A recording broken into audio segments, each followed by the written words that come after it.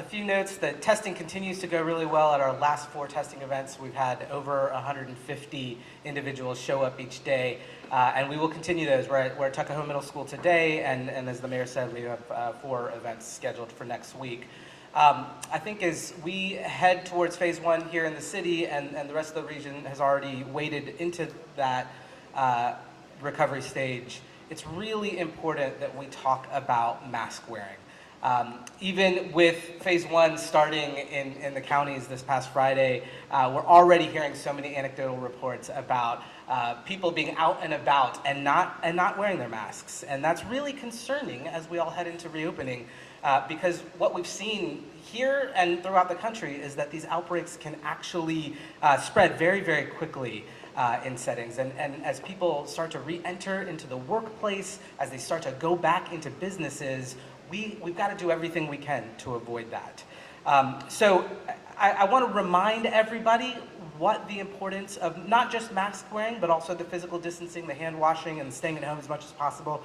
Our goal here is to make sure that we don't have such a spike in disease that our healthcare systems are overwhelmed. We've done a great job at that. That has not happened here in Central Virginia so far, which is why, that one of the data points that we've looked at to be able to move forward. But if people throw caution to the wind and are out and about without masks and are starting to congregate like we've seen, we're going to get there pretty quickly. So I just want to remind everybody why it's so important to preserve that inpatient capacity so that the people who do need hospitalization to recover from, whether it's COVID-19 or other health conditions that require hospital acute care, we need to make sure we have that. A lot of different reasons that folks aren't wearing masks. For some, it's an access issue. I think our city, our partners, the community foundation, so many others have been incredibly thoughtful and generous in terms of pulling masks together. The fire department was out and about this past week doing door-to-door distribution of masks and hand sanitizer. We will continue to do those efforts because we want to put masks in the hands of as many people as possible. There are other reasons that people are choosing not to wear masks. Maybe you're young and healthy and not really concerned about getting COVID-19. Maybe it's because you think that masks are uncomfortable. For some, they feel like it's an infringement on their freedom. We've heard these horrific stories from all over the country where violence has erupted because someone has tried to enforce mask wearing. And maybe you feel less safe in a mask because of where you live or the color of your skin. And so some of those reasons are very valid, and we've got to continue moving towards the normalization of mask wearing in our community. I just want to reinforce that this is a really key intervention if we want to reopen our economy and to keep it open. Because if we don't, the risk of returning to lockdown is going to be really high if we don't practice our distancing, if we don't wash our hands, and if we don't wear masks.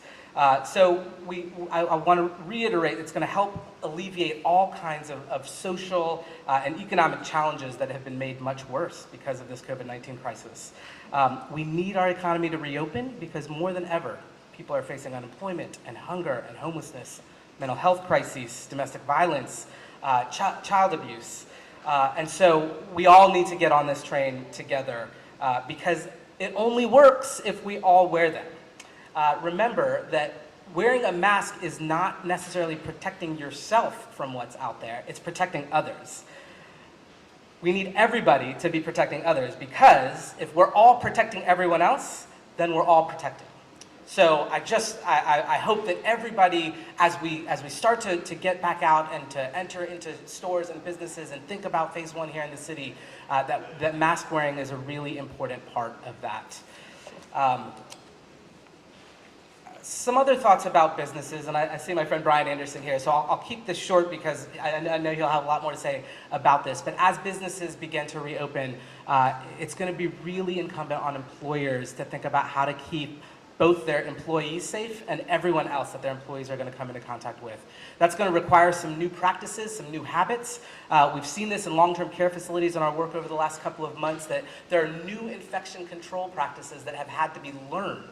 And that's taken intention, it's taken policy, it's taken someone, in some cases, watching how people put on and take off their personal protective equipment.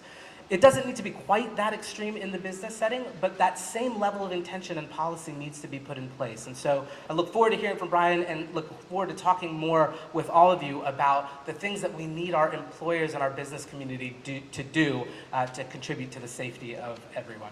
Thanks.